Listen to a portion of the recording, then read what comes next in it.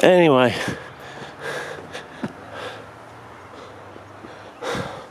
yeah. So we might be back there next season to have a bit more, because if there's a bushfire, all bets are off. It'll be, whole smorgasbord of stuff, I reckon.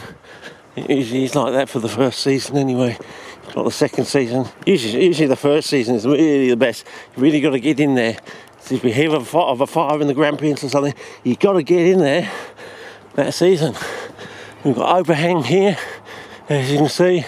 Gall on the, we actually got gall on the kangaroo thorn bush. Amazing. Well, it isn't it is an acacia, a wattle. So, and look at the calitris, look how green the calitris is, because it's an actinomyzal tree. So these are nitrogen, these are legumes, they fix nitrogen. Actinomyzal, it also fixes nitrogen, but it has breathable, I think aerobic nodules or something. So it uses a fungus rather than a bacterium. And it's somewhat better, I would say. More adjusted to our sort of... Anyway, we're just going to lightly walk through this wooded area and ogle at the large sepia weeds. I mean, that's what I want to get a fly trap to, fellas. That's what I'm saying, 4 inches on one side, 4 inches on the other side. So that's... Well, that would be like 2 inches of patio. So I want 4 inches of patio, 4-inch trap on one side, and then on the other side of the centre, you want another 4-inch patio and a 4-inch trap. Basically, that's what I'm aiming for. But I don't know what you're aiming for. Anyway, if you've seen Drosera gigantea in the wild, growing on deep sand, 2 metres at least, tubers go down that far, then you wouldn't be laughing at that statement when you say, I mean, you've seen how robust and how sturdy they are. I don't know what it was, fellas, but every year, every season, every time I went to Kansas, every day, I was actually at sometime during the day, you'd be walking past and through these things, and you stubbed your toe in the Wellington boots. My mum's handed me down once, and it was still hurt. That's how sturdy they were in the ground. Either that was or going on a bull or a gate or something. It's just something about the way, there must be a natural way the seeds germinate or something, and they grow up and space themselves out, and going between them, it forces you to run into one or something. Maybe that's a prey capturing device, maybe hundreds of thousands of years ago, when we still had megafauna, maybe Drosera gigantea grew a lot bigger than we think it does. A bit like the horsetails. I reckon that if you raise the CO2 level of horsetails, they'll actually grow the size of pine tree. They'll grow to the same sort of girth and size as a pine tree. Maybe something similar occurred way back when, and they used to grow a lot larger, and they used to force animals to go into one of them or something, and then that one would capture it, and all the others would benefit from it. I don't know, fellas. Waxing lyrical here, but you've got to keep yourself interested while you're working on the fly trap.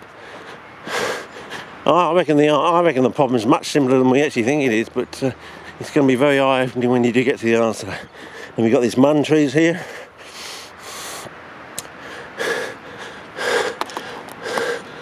Yeah, mun trees. M-U-N-T-R-I-E-S. M-U-N-T-R-I-E-S.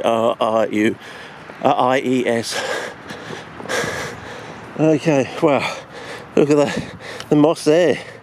Normally that'd be like that black moss. It's coming back already, only with barely a night's worth of rain. Okay, we'll make a wander down here and back to the path there. I'll just have a squint at the first one, and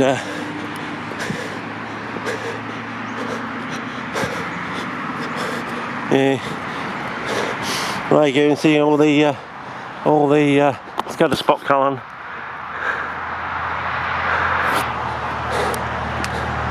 Gall, legumes, another gall in there. Okay, now I think we can go down here. we get to the first one. I'm not sure. Or do we always get conned each year? Oh.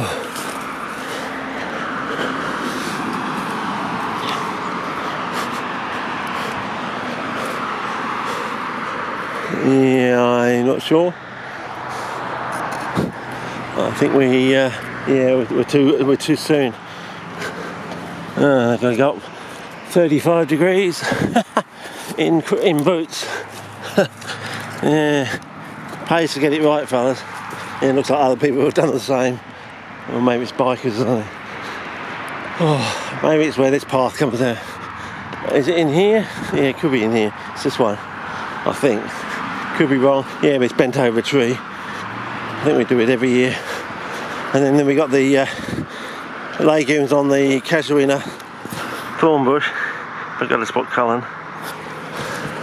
So yeah.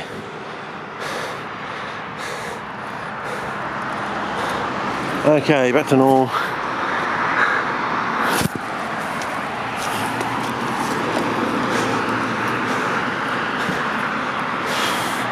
Okay, harder than you think, fellas, harder than you think. Yeah, what is the best way? Going through the thorn bush. Going through the thorn bush backwards.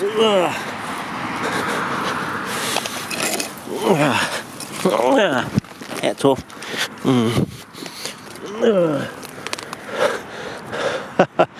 Okay.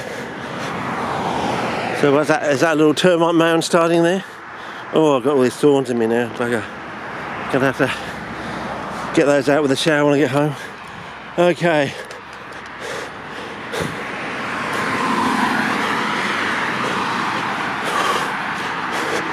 No, we're still not. Here we go. I think this is the first one. Coming up here. Yeah, here we go. Anything here? Anything remaining on? Remains of an orchid? Any remains of pelties or anything? Easy to walk on, yeah. No sinking, no real sinking, or no sort of. Nothing, no peaks, no flowers or anything. Nothing unusual coming up now when we think everything should be dormant. Nothing. No new peaks or eutrics or anything we haven't seen before. More orchids. Another orchid bolt. Andrew. Okay. Well, that's about it, I think. Trying to wander on up and on up and out, I think. Okay. Whoa. What's our way? Okay. And the mun trees are in flower here. Still past the prime, of course, but as you can see,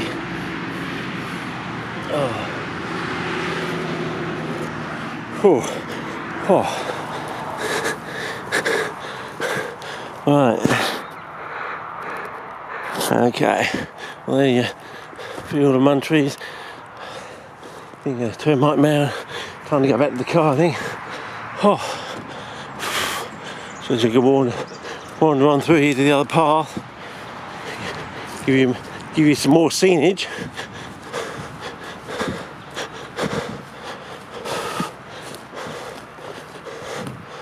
Listening out for snake arenas with the old ear holes.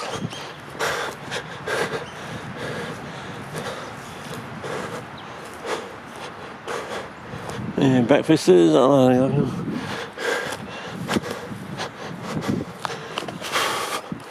Okay, so basically just keep a squeeze out for the next 3 weeks and see if we can get some camels and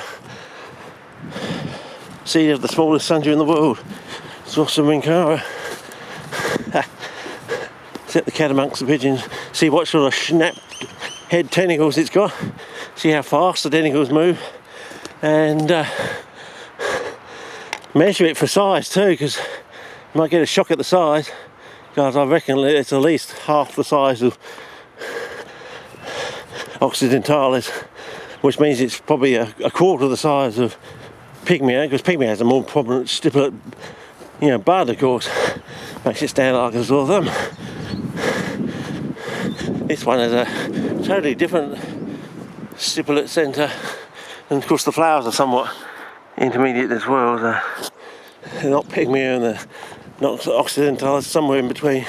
It's almost like it's a hybrid sort of smorgasbord species. They're very small. As I said, it took us about, what was it, 2 seasons or was it 4 seasons to actually figure out that. Now one, I can't photograph this damn thing. It's a quarter of the size of a pygmy. Everything's a quarter of the size, so the traps are, you know how smaller. And pygmy is what? Is that 2 mils by 2 mils? Is that pygmy size of a pygmy trap? So, 1 by 1 mil is probably occidentalis, and this is 1/2 mil by 1/2 mil. Is that what we got? Is that the way it works? In cubic squares or something? I don't know. I'm not. Mathematics is not my area of expertise. I like to dabble in it, of course, as most people do. And yeah, I don't think I should go near a pile on a day like today. No, I don't want to risk it. Camera wouldn't get his seat, would he? Of course, we're assuming we are actually going to get some this season. We'll find out later on that there was an absolute absence or lack of the pollinator or whatever. Find out they're not self-pollinating. They need an insect pollinator or something. Oh, well, there you go. You get your bones for today. Here we go. We'll put this on spot culling, and before the clip runs out.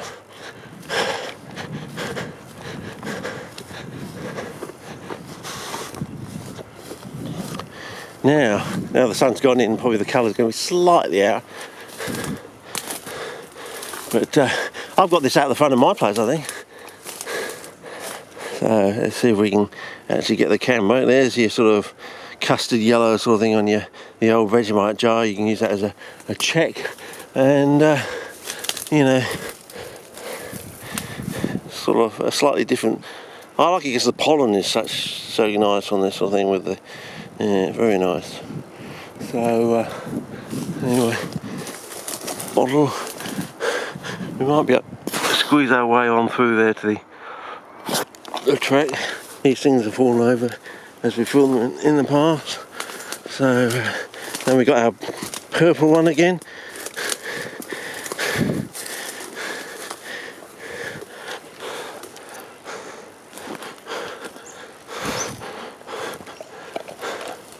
Okay.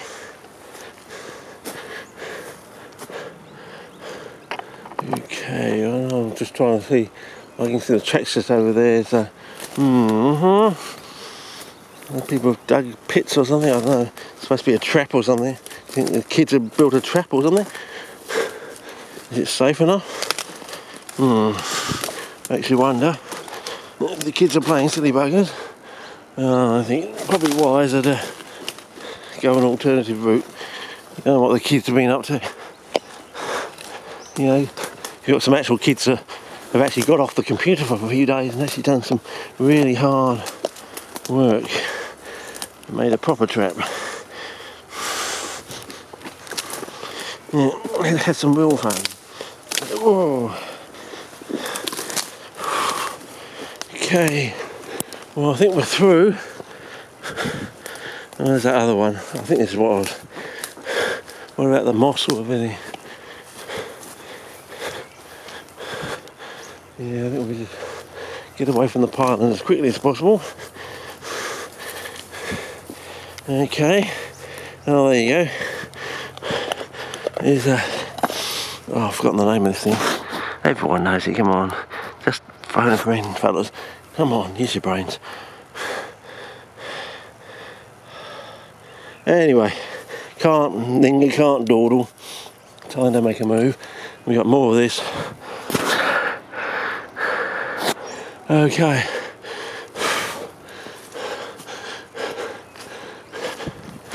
Yeah.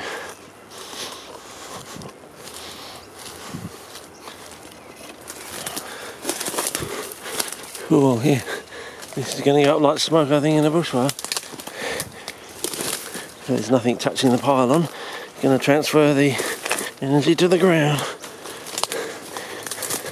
It's all about potential differences, isn't it?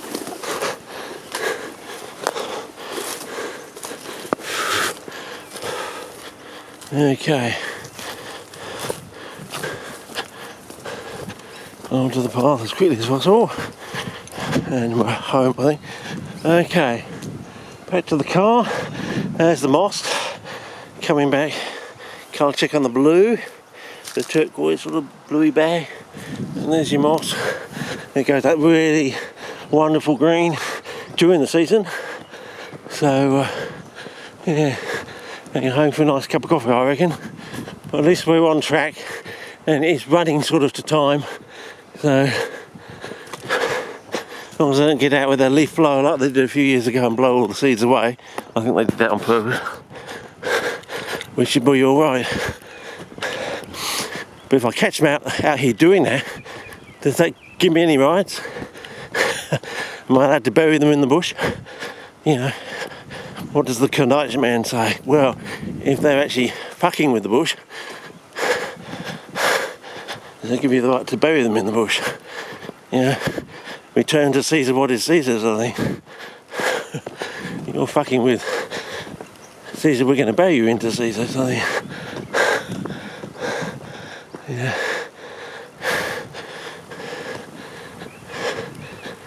And see if the bush takes care of the problem, you know, decomposes it extra fast. Wow, that's the fastest decomposition. How come the bush did that? Because it wanted to. Had a point to make. Wow, look at this, fellas. Look at this. Having said that, Vegemite jar.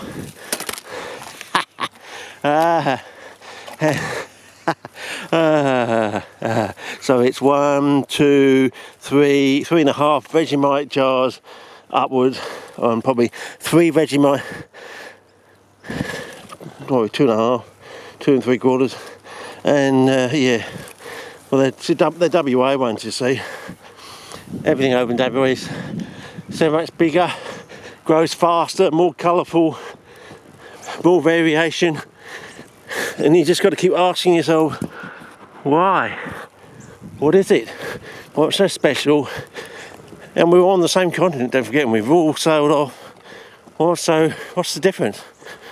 What makes WA so special? And you really want to rate that bush over there in WA and wipe out a whole line of bibulus? Yeah, I think we should have the right to bury someone like that in the bush. No questions asked. You know, just disappears one night and no one knows where he is. We do. He's out in the bush somewhere. Yeah. What a way to go, eh? In front of the headlights of a car, eh? Or isn't that what they... I don't know. Do you think he does that? I don't think so. It's too many species, too many times in the year. It must have been a clandestine network. Fellas, surely you've worked that out by now. It was an interconnecting clandestine network, you know. You dig me up this from your area on a regular annual basis, and you'll get whatever you want from the list from other people that dig you up on an annual basis. I reckon that's how it worked. That's called a conspiracy, fellas, when it involves other people. Oh yes, they put an extra 5 years on you, see, for that. You know, probably another 5 years too on top of that. So you know, the term of his natural life, I reckon. The old flowery. Well, he's nearly up 70, isn't it, this year or next year? Okay, over and out. See ya.